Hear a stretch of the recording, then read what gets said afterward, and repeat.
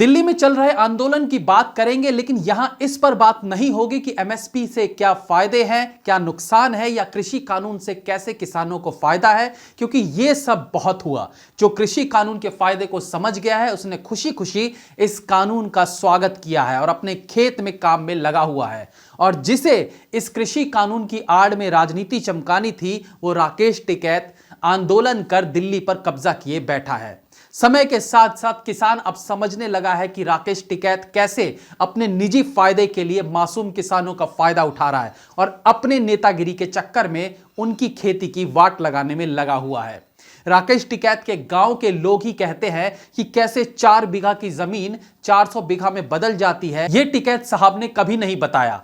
आम किसान वहीं का वहीं रह जाता है, लेकिन किसान नेता कैसे अमीर बन जाता है। और यह फॉर्मूला केवल किसान नेता के लिए नहीं है, हर नेतागिरी आंदोलन में फिट बैठता है।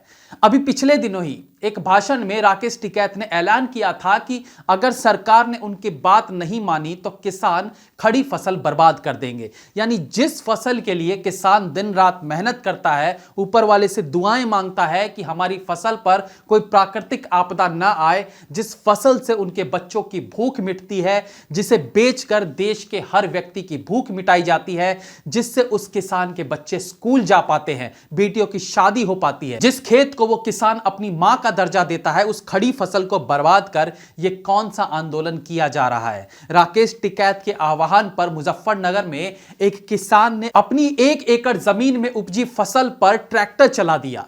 यह दुखदाई है, पीड़ादायक है। अपने खून से सींचे फसल को बर्बाद करके यह दिखावा करने वाला क्या सच में किसान हो सकता है? मुजफ्फरनगर के जिस किसान ने अपनी खड़ी फसल बर्बाद की है, उसे निश्चित तौर पर इसका मुआवजा पहले ही राकेश टिकैत एंड गैंग से मिल चुका है, लेकिन इस वीडियो को वायरल करके ये बाकी किसान को भी अपनी अपनी फसल उजाड़ने के लिए प्रेरित कर रहे हैं। लेकिन सोचिए, ज्यादातर किसान जिनके पास इतनी ही जमीन होती है कि वो केवल अपना घर चला सके, उसने भी अगर राकेश टिकैत के बहकावे में आकर अपनी फसलें बर्बाद कर ली तो उसके परिवार का क्या होगा? उस साल वो क्या खाएगा, कैसे अपनी बेटी की शादी करेगा, कैसे अपने बच्चों के स्कूल का फीस देगा? क्या राकेश टिकैत उसके घर का खर्चा उठाएंगे? नहीं उठाएंगे, क्योंकि उन पर कोई फर्क नहीं पड़ेगा। उनके पास इतनी जमीन है कि उन्हें खेत में जाने की जरूरत ही नहीं है। उनके पास खेती के अलावा शोरूम, पेट्रोल पंप जैसे बड़े बड़े बिजनेस है। उनके बच्चे आराम से विदेशों में पढ़ाई कर रहे हैं, उन पर इतना सा भी फर्क नहीं पड़ेगा। लेकिन टिकैत साहब, आप अपनी नेतागिरी के चक्कर में इन गरीब किसानों की कम से कम फसल तो मत खराब करवाओ। आप आंदोलन कर रहे हो, करते रहो, अपनी बात मनवाने के लिए संघर्ष करो, लेकिन इस प्रकार से गरीब किसानों के पेट पर लात मत मारो। गरीब किसानों के पास आपकी तरह 4 बीघे को 400 बीघे कर लेने वाला फॉर्मूला नहीं है। इन्हें आंदोलन में शामिल कर लो, लेकिन इनकी जीविका के साथ खिलवाड़ मत करो। हमारी आपसे विनती है, राजनीति का इतना घिनौना रूप भी मत दिखाओ कि कल आपको पछताना पड़े, क्योंकि किसान एक हद तक ही आपकी उटपटांग बातों पर अमल करेगा। इनको भूखा रखकर आप अपनी राजनीति मत चमकाइए। तो हम इसके आगे बात करते हैं दलितों के नेता की।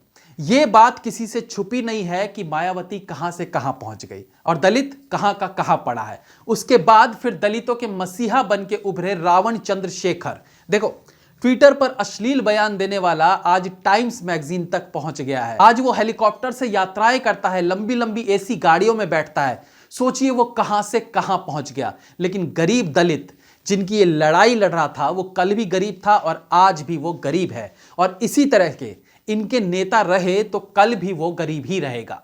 इसके बाद एक बार फिर आप एग्जाम्पल ले सकते हैं लालू प्रसाद यादव का। भैंस चराने वाला एक लड़का कैसे यादवों का मसीहा बन गया, और वो यादव आज भी दूध बेच रहा है और भैंस चरा रहे हैं, लेकिन इनके नेता लालू जी अरबों की संपत्ति के मालिक हैं। लेकिन क्या उनके अपने यादव भाई आज राजाओं वाली जिंदगी बिता रहे हैं? नहीं, आज भी वो वहीं के वहीं हैं जहां से लालू यादव ने उनके कंधे पर पैर रखकर ऊंचाई की तरफ बढ़े थे। लालू यादव तो ऊंचाई पर पहुंच गए, लेकिन बजाय अपने उन साथियों को अपना हाथ देकर ऊपर खींचने के, उन्होंने गद्दी हासिल कर ली और जिनके कंधों पर पैर रखकर वो उस गद्दी तक पहुंचे थे, वो आज भी टकटकाई लगाए नीचे से ऊपर की तरफ अपने उस नेता की ओर देख रहे हैं।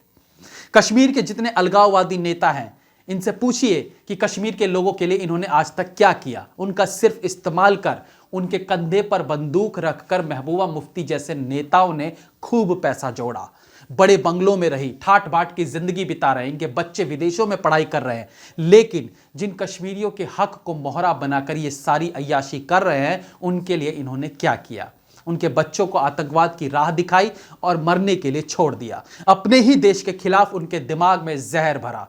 असउद्दीन ओवैसी को ही देख लो, मुस्लिम मुस्लिम का राग अलापते रहते हैं, उनके हकों की बात करते हैं, लेकिन कितने गरीब मुसलमानों की जिंदगी को उन्होंने बदला है? सिवाय उन्हें कट्टरता सिखाने के इन्होंने क्या किया? अपनी नेतागिरी चमकाने के लिए इन्होंने गरीब और अनपढ़ मुसलमानों को साथ कर लिया और पॉलिटिक्स में अपनी खास जगह बना ली। अब तो उन्हें भी पॉलिटिक्स में दशकों हो गए। इतने लंबे नेतागिरी के कार्यकाल के बाद आज भी वो मुस्लिम मुस्लिम करके उनके हक की मांग का रोना रो रहे हैं। तो इसमें विफलता किसकी है? इनकी खुद की है। जब आप नेता के तौर पर इतने सालों में इनके लिए कुछ नहीं कर पाए, तो फिर इतने दिन से आप इनके नाम पर केवल रोटी सेक कर खाते रहे, इनका फायदा उठाते रहे। इन्होंने आपको नेता बनाया, तो क्यों आज तक भी आप इनके लिए वही मांग कर रहे हैं जो 10 साल पहले करते रहे थे? सोचिए, अच्छे से सोचिए। ये सभी लोग जो अलग अलग संगठनों के नेता बने हुए हैं, इनके जीवन में कितना बदलाव आ चुका है। टूटी चप्पल पहनने से लेकर अब हेलीकॉप्टर में ये लोग यात्रा कर रहे हैं, लेकिन जिनके लिए ये लड़ाई लड़ रहे हैं वो आज भी टूटी चप्पल में ही है। राकेश टिकैत करोड़ों की संपत्ति का मालिक कैसे बन गया? एक आम किसान जिसके पास सिर्फ 4-5 बीघे जमीन होती थी, आज इतने सारे शोरूम्स और इतनी सारी संपत्ति का मालिक कैसे बन गया? एक किसान के लिए 1 बीघे जमीन खरीदने में उसका जीवन निकल जाता है, लेकिन राकेश टिकैत ने यह सब कैसे कर लिया? जी हां, यह सब कुछ इसी तरह के आंदोलन से होता है। यहां किसानों को लग रहा होगा कि यह हमारे हक की लड़ाई लड़ रहा है, लेकिन असल में ये आपके हक के लिए नहीं, अपनी जेब गर्म करने के लिए आंदोलन करते हैं। इन सारे नेताओं के लिए सबसे अहम क्या होता है, यह समझना बहुत जरूरी है। ये नेता जिस बात के लिए आंदोलन करते हैं, ये अपने लोगों के लिए संघर्ष करते हैं। दरअसल ये खुद कभी नहीं चाहते कि इनकी मांगे पूरी हो जाए, क्योंकि अगर इनकी मांगे पूरी हो गई तो इनकी नेतागिरी की दुकान बंद हो जाएगी। अगर मुस्लिमों में भी बच्चे अच्छे से पढ़ लिख कर अच्छी नौकरी करेंगे तो असउद्दीन ओवैसी जैसों की जरूरत क्यों होगी? और इसलिए ये ओवैसी जैसे लोग खुद अपने ही लोगों को अंधकार में रखकर उन्हें प्रोग्रेसिव नहीं होने देना चाहते। इसी प्रकार से दलितों की मांग उठाने वाले रावण जैसे नेता खुद नहीं चाहते कि दलित सर उठाकर जिए, क्योंकि ऐसा हो गया तो उसकी नेतागिरी की दुकान पूरी तरह से बंद हो जाएगी। राकेश टिकैत ने अपनी नेतागिरी चमकाने के लिए सब कुछ किया, आंदोलन किया।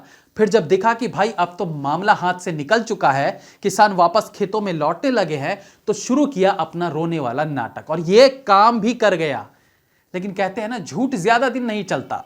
इसलिए अब फिर धीरे धीरे किसानों ने इनकी नौटंकी को समझा और अब फिर उन्होंने लौटना शुरू कर दिया। अब राकेश टिकैत की नई चाल देखिए।